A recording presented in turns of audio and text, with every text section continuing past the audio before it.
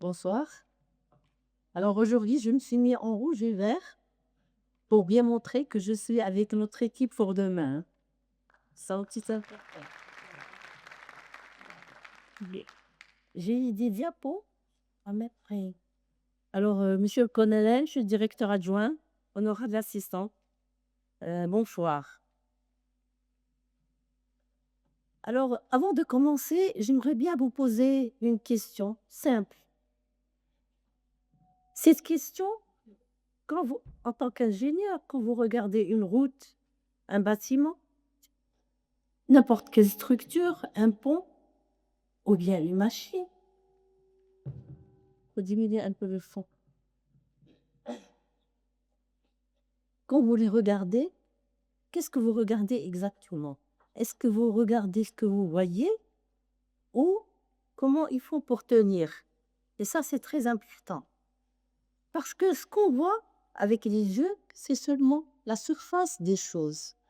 Alors, l'essentiel, il est à l'heure. Il se joue à l'heure. Et c'est ce qu'on appelle l'invisible.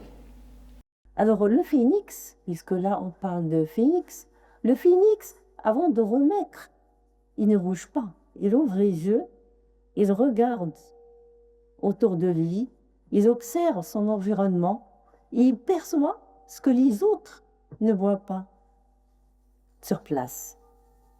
Et il le voit avec. Donc ça, c'est exactement ce qui se passe dans la réalité. C'est-à-dire que l'essentiel qui nous gouverne est invisible. Les forces qui... Il faudrait diminuer, je pense, le son. Les forces qui nous gouvernent sont invisibles.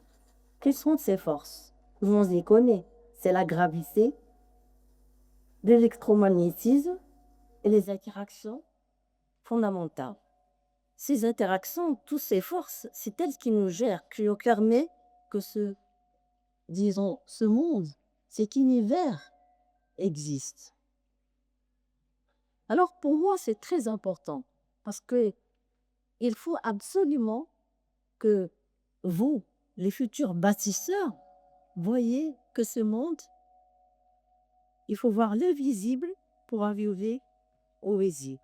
Et c'est ça qui pose. Donc c'est pour ça que j'ai noté ici. Alors maintenant, regardez ici, j'ai représenté le modèle. Permettez-moi de parler un peu de ce que je fais comme ma recherche pour montrer comment ce qui vous paraît fondamental est vrai. Disons que la recherche fondamentale n'est pas, c'est grâce à cette recherche fondamentale que nous arrivons à innover, à agir, à construire. Alors ici, j'ai montré l'expansion de notre univers. Vous voyez, notre univers a commencé par un Big Bang et puis il est parti, ça fait à peu près 14 milliards d'années qu'il a été créé. Quand je parle d'univers, on ne parle pas de notre galaxie qui est un petit point dans cet univers. Alors regardez ici. Alors, l'être humain, qu'est-ce qu'il a de particulier? Il essaie de comprendre ce qui est autour de lui. Heureusement, c'est comme ça qu'on est passé de l'âge de la pierre taillée, l'âge du fer, et ainsi de suite. Donc l'être humain essaie de comprendre. Ici, c'est la même chose. Alors, on a essayé de comprendre et puis on s'est rendu compte que tout ce qui nous entoure, tout, que ce soit cette âme, que ce soit moi, tout ce que vous voyez ici est construit des mêmes briques élémentaires. On les appelle les particules élémentaires, c'est-à-dire qu'elles ne sont pas coupées. On est tous construits de la même manière. Or, quand les chercheurs ont commencé à regarder ça, ils ont fait des modèles théoriciens, des modèles mathématiques, les expérimentateurs sont là pour les mesurer. Et quand ils ont fait ça, ils se sont rendus compte que leur modèle ne donnait pas de masse à ces particules élémentaires. Alors, ça veut dire qu'on ne peut pas être là. Le monde ne pourrait pas exister. Donc, la question s'est posée, qu'est-ce qui s'est passé? Et là, heureusement, on a eu la chance, le Maroc, je suis dans cette collaboration, le Maroc a eu la chance de participer à une expérience extraordinaire et le résultat, c'est le premier résultat fondamental dans ce XXe siècle.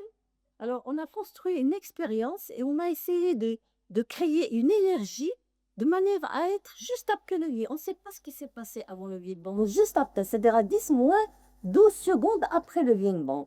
Donc, on a fait cette expérience.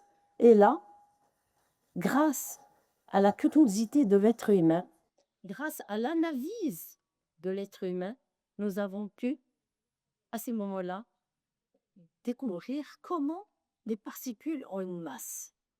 Ces particules élémentaires qui vont tout mettre, tout nous-mêmes, hein, tout, est construit de la même manière, nos ADN, tout. Et donc, sans cette masse, impossible que notre univers existe. Alors, qu'est-ce qu'on a découvert? Je vais l'expliquer simplement. C'est seulement pour montrer la curiosité humaine. On a montré, en fait, le divin, qu'est-ce que c'est? On ne sait pas ce qui s'est passé avant. Et en fait, c'est une grande énergie, immense. Et tout le monde connaît la fameuse formule d'Einstein. L'énergie égale la masse, soit le carré de la lumière. E, la vitesse de la lumière, pardon. E égale mc2. Tout le monde connaît ça. Vous les voyez dans les publicités, plusieurs publicités. Et ça, qu'est-ce que ça veut dire? C'est la vitesse de la lumière est une constante. Ça veut dire que l'énergie et la masse, c'est la même chose. C'est exactement ce qui s'est passé au départ. Cette énergie s'est transformée en masse, en ces particules élémentaires. Et qu'est-ce qu'on ne comprenait pas? On se disait, ils vont arriver devant le vide, comment ils vont avoir la masse? Et là, il y a eu Higgs et d'autres chercheurs, ils sont trois, qui ont montré que lui, il a donné son nom, qu'en fait, il n'y a pas le vide, il y a un champ qu'on va appeler le champ de Higgs, qui c'était le premier qui lui a donné son nom, et les particules qui vont interagir avec ce champ auront une masse. S'ils interagissent beaucoup, une masse grande, et ainsi de suite. Par exemple, le gamma, le photon, la lumière que vous avez n'a pas de masse, elle n'a pas interagi. Regardez comment l'homme, on essaie de comprendre où est-ce qu'il est arrivé. Alors pourquoi j'insiste sur ça? Parce que pour moi, je dois montrer que cette recherche qui paraît une recherche fondamentale, en fait, on va voir qu'elle n'est pas vraiment, elle est fondamentale. Mais chaque fois que l'homme essaie de comprendre quelque chose, de dire quelque chose, automatiquement, il y a une invention qui va venir.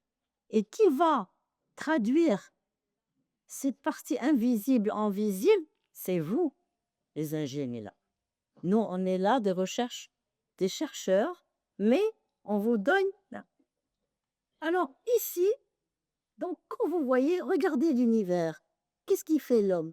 Il se dit, mais il faut que je comprenne l'histoire de mon univers.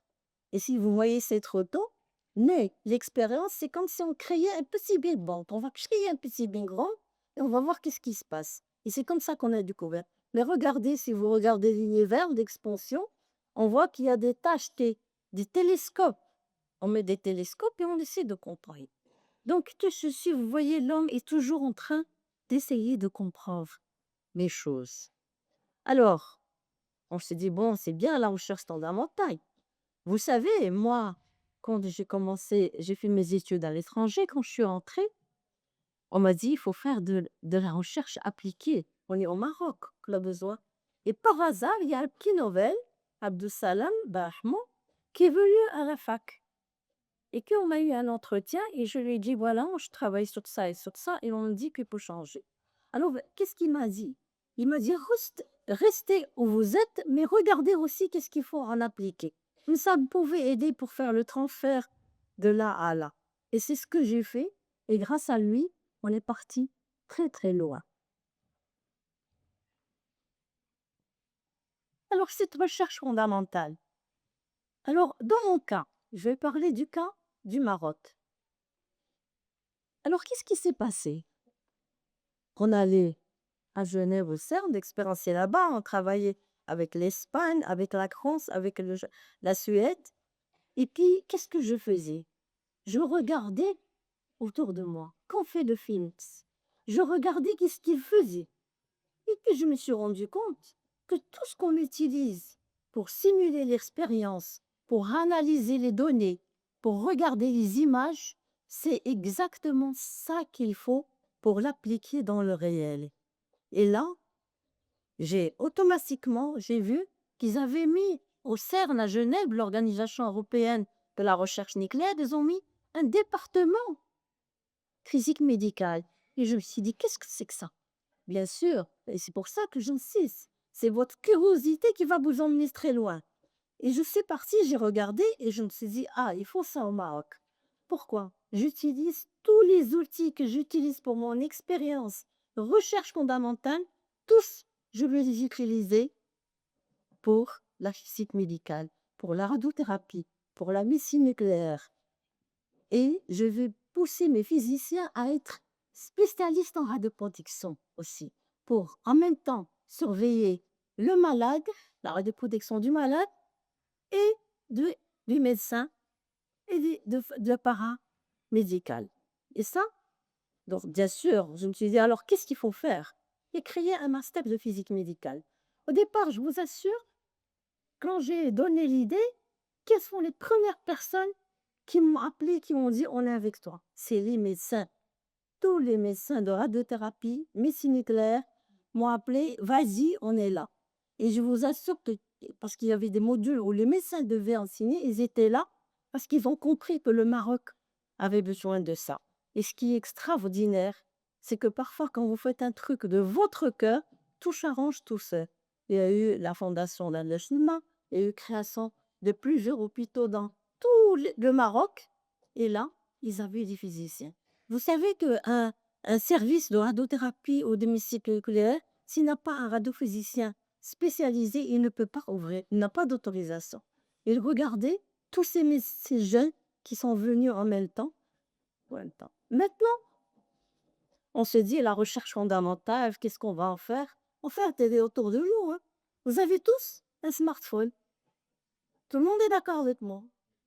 Comment il a été inventé? Grâce à la physique quantique.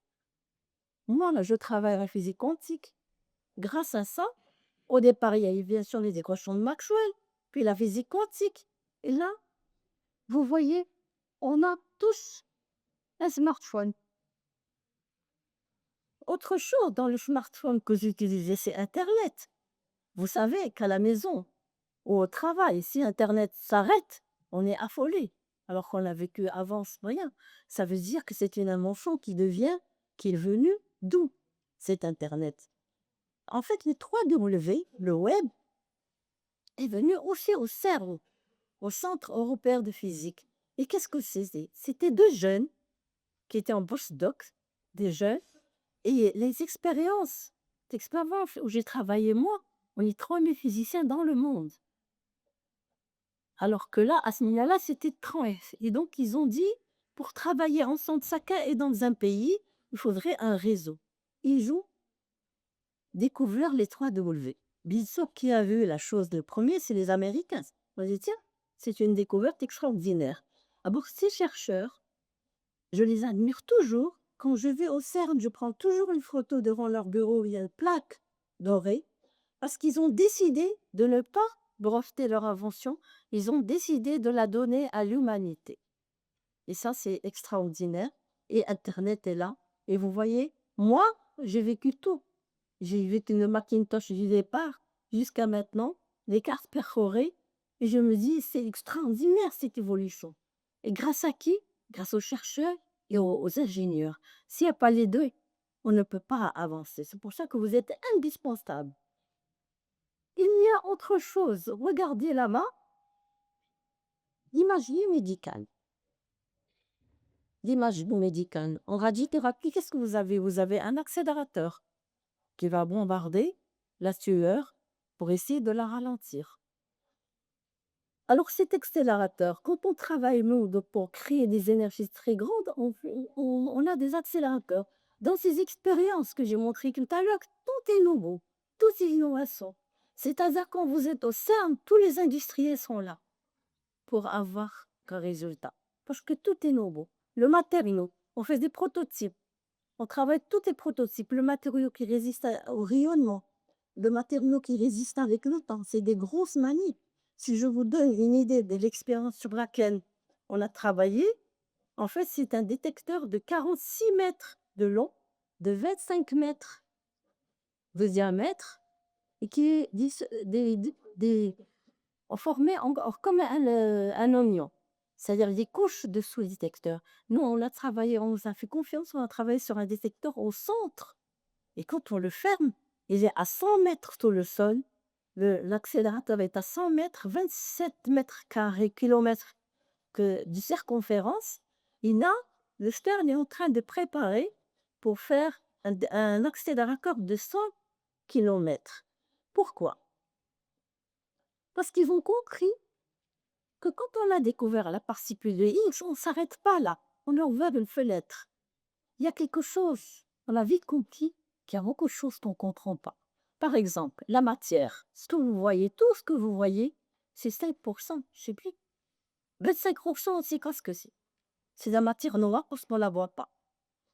Et le reste, de l'énergie noire aussi, qu'on appelle l'énergie sombre pour ne pas répéter. L'énergie sombre aussi, on ne sait pas. Mais par contre, on sait que l'expansion de l'univers est due à ces deux, à la matière noire et à cette énergie sombre. Alors, supposons qu'on découvre qu'est-ce que c'est cette énergie, qu'on découvre autre chose, vous verrez comment le monde va changer. Actuellement, on parle du nucléaire.